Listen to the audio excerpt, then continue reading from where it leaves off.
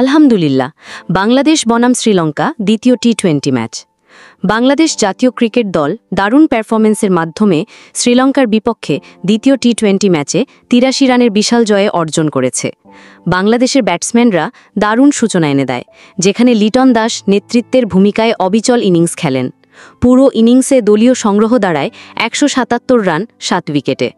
বল হাতে মাঠে নেমে বাংলাদেশ বোলাররা অসাধারণ নিয়ন্ত্রণ ও আগ্রাসী মনোভাব দেখায়।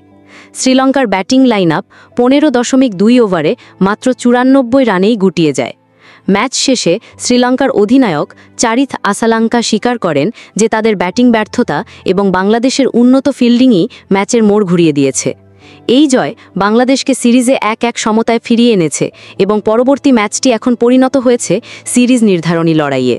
দলীয় প্রচেষ্টায় অর্জিত এই জয় দেশের ক্রিকেট প্রেমীদের মনে নতুন করে আশার সঞ্চার করেছে। আশা করি তৃতীয় টি-20 জিতে সিরিজ জয় করবে। এমন বাংলাদেশকে তো আমরা চাই। সাবাস বাংলাদেশ, আগামী ম্যাচের জন্য শুভকামনা।